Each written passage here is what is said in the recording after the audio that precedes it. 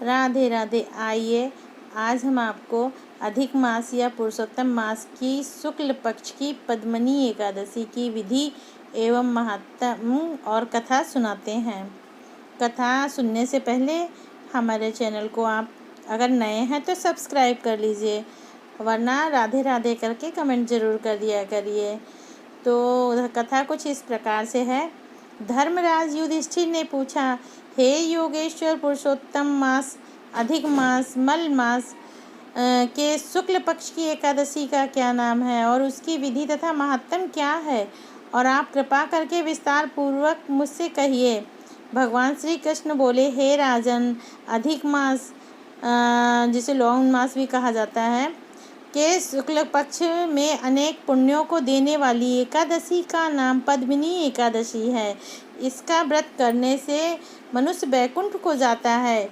पूर्व काल में ब्रह्मा जी ने महर्षि नारद के पुण्य और पापी के समूह को नष्ट करने वाले इस व्रत के महत्तम का वर्णन किया था, जो मुनियों को भी दुर्लभ है। एकादशी व्रत का महत्तम मैं तुमसे कहता हूँ, सो ध्यान पूर्वक सुनो। दशमी के दिन व्रत का संकल्प करें। उस दिन कांसे के पात्र में भोजन न करें। उड़द दाल, मांस, मसूर, चना, कोदो, साग, मधु और पराया अन्न, ये सभी खाद्यान्न वर्जित हैं। हविष्य अन्न अर्थात जो चावल आदि का भोजन करे तथा नमक भी नहीं खाना चाहिए। इस रात्रि को भूमि में शयन करें और ब्रह्मचर्य में उठें। शौच आदि से निवृत्त होकर दातुन करें और 12 कुल्ले जल से करके शुद्ध होएं।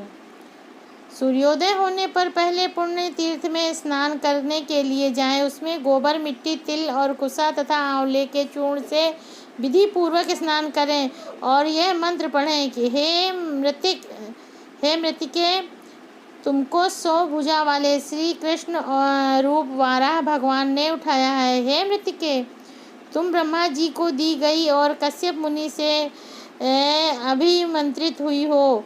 मेरे नेत्रों वाले और सारे शरीर में लगकर मुझे पवित्र कर दो। हे मृतिको, मैं तुमसे नमस्कार करता हूँ और समस्त औषधियों से उत्पन्न और गौ के उदर में स्थित पृथ्वी को पवित्र करने वाला गोबर से मुझको पवित्र करें। ब्रह्मा के थूक से उत्पन्न होने वाली तथा सारे भुवन को पवित्र करने वाली धात्री को नमस्कार है। तुम्हारे स्पर्श से मेरा शरीर पवित्र हो। हे शंख चक्र गदा धारी देवों के देव, हे जगन्नाथ, आप मुझको तीर्थ में स्नान की आज्ञा दीजिए।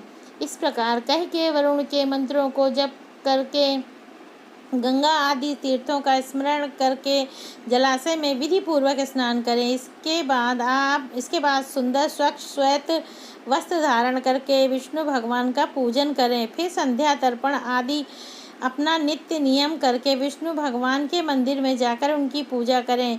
स्वर्ण के बने हुए राधा कृष्ण और शिव पार्वती का पूजन करें। इस प्रकार इस पूजन के निमित्त धान्य पर मिट्टी या तांबे का कलश स्थापित करके उसके ऊपर वस्त्र लपेटें और गंध फूल आदि सजाएं। इसके बाद तांबे या मिट्टी के पात्र में देवता की मूर्ति रखें। स्वर्ण अथवा चांदी की विष्णु भगवान की मूर्ति स्थापित करके भगवान का पूजन करें। उस ऋतु में होने वाले कमल आदि पुष्प चढ़ावे। चंदन, गंध, केसर, धूप, दीप, नैवेद्य आदि विविध सामग्रियों से भगवान का पूजन करें। पूर्ण श्रद्धा से भगवान के सामने नृत्य गान करें। झूठ न बोलें। रजस्वला स्त्री को स्पर्श न करें। गुरु की निंदा न करें। इस दिन पुराण आदि कथा सुननी चाहिए। इस एकादशी को निर्जल रहना चाहिए। यदि ना रहा जाए तो केवल जल पान या फलाहार ही कर लें। रात्रि को भगवान का पूजन, भजन, कीर्तन आदि करके जागरण करें। प्रथम प्रहर में पूजा में नारियल, दूसरे प्रहर में बिल्व फल, तीसरे प्रहर में ऋतु फल और चौथे प्रहर में सुपारी आदि नारंगी अर्पण करना चाहिए। प्रथम प्रहर में का पूजन करने से अग्नि यज्ञ का और दूसरे प्रहर में पूजन करने से वाजपेय यज्ञ का, तीसरे प्रहर में अश्वमेध यज्ञ का और चौथे प्रहर में पूजन तथा जागरण करने से राजसूय यज्ञ का फल प्राप्त होता है। तत्पश्चात श्रेष्ठ ब्राह्मणों को भोजन कराएं। जो घड़ा आदि है उनका पूजन करके ब्राह्मणों को दान दें। इस व्रत से बढ़कर कोई यज्ञ तप विद्या पुण्य नहीं। इस एकादशी के व्रत से मनुष्य को पृथ्वी के सारे तीर्थ और यज्ञों का फल मिलता है। जो मनुष्य उपर्युक्त विधि से इस व्रत को करते हैं उनका यह व्रत सफल हो जाता है तथा अंत में मुक्ति को प्राप्त होते हैं। इतना कहकर भगवान बोले, हे राजन, तुमने मुझसे मलमास शुक्ल पक्ष की एकादशी के व्रत की विधि पूछी है, वह सब मैंने वर्णित कर दी है। कृष्ण पक्ष की एकादशी के व्रत की विधि भी यही है। अब मैं इस पद्मिनी एकादशी की कथा तुमसे कहता हूँ। कथा एक समय कार्तवीर ने रावण को बंदीगृह में बंद कर रखा था। उसको रावण के पितामह पुलस्त जी की कीर्ति कार्तवीर से विनय करके छुड़ाया।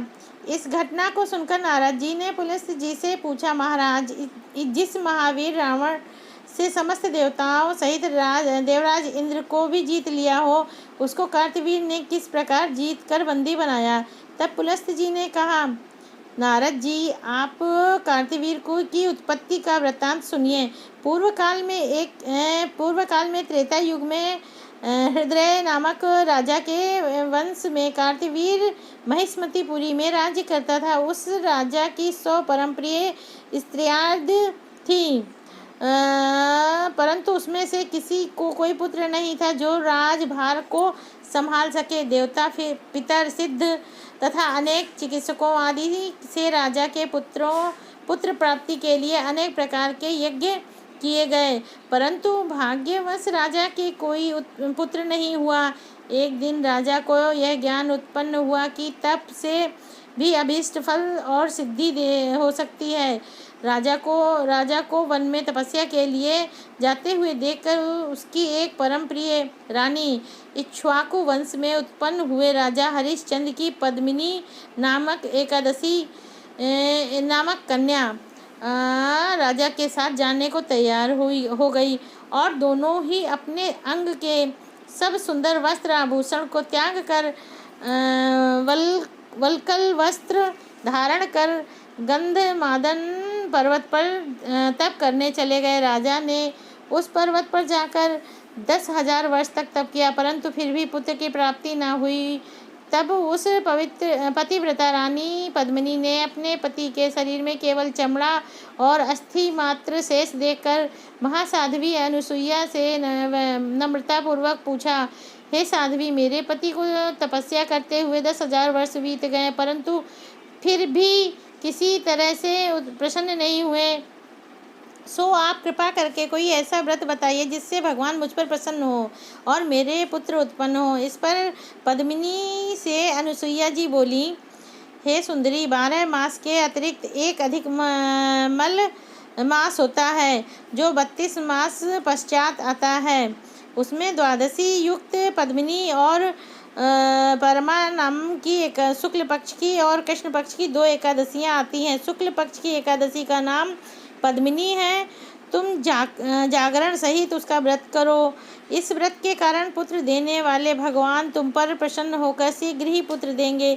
इसके पश्चात अनुसुईया जी ने रानी से व्रत की विधि कही। उसको सुनकर वह रानी पुत्र प्राप्ति की इच्छा से इस व्रत को करने लगी। वह सदैव एकादशी का निराहार रहकर रात्रि जागरण भी करती। इस प्रकार पद्मिनी एकादशी के व्रत के समाप्त होने पर भगवान विष्णु प्रसन्न होकर गरुड़ पर आरूढ़ होकर उसके पास गए और वर मांगने के लिए कहा। भगवान की सुंदर वाणी सुनकर उस पतिव्रता ने उनकी स्तुति करके विनय की, हे महाराज, आप मेरे पति को वरदान दीजिए। तब भगवान बोले, हे सुंदरी, मल मास के समान मुझको कोई दूसरा मास प्रिय है ही नहीं।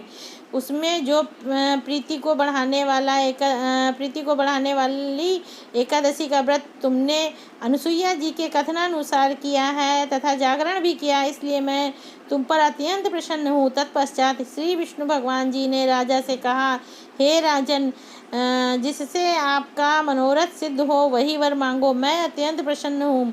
तब राजा ने सबके द्वारा सम्मानित ऐसे विशाल भुजाओं वाले बलशाली श्रेष्ठ पुत्र का वर मांगा और कहा, प्रभु, यह पुत्र ऐसा हो कि आपके अतिरिक्त देवता, मनुष्य, नाग, दैत्य, राक्षस आदि किसी से भी ना मरे।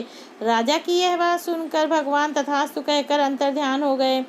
इस वर के प्रभाव से पद्मिनी के कार्तवीर्य पैदा हुआ। तीनों लोकों में भगवान के अतिरिक्त उसे जीतने वाला कोई सामर्थ्य नहीं था।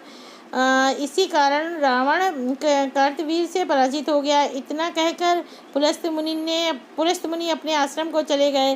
श्री कृष्ण कहने लगे, हे धर्मराज, जो मल मास की एकादशी का महात्म्य तुमने पूछा था सो मैंने तुमसे कहा।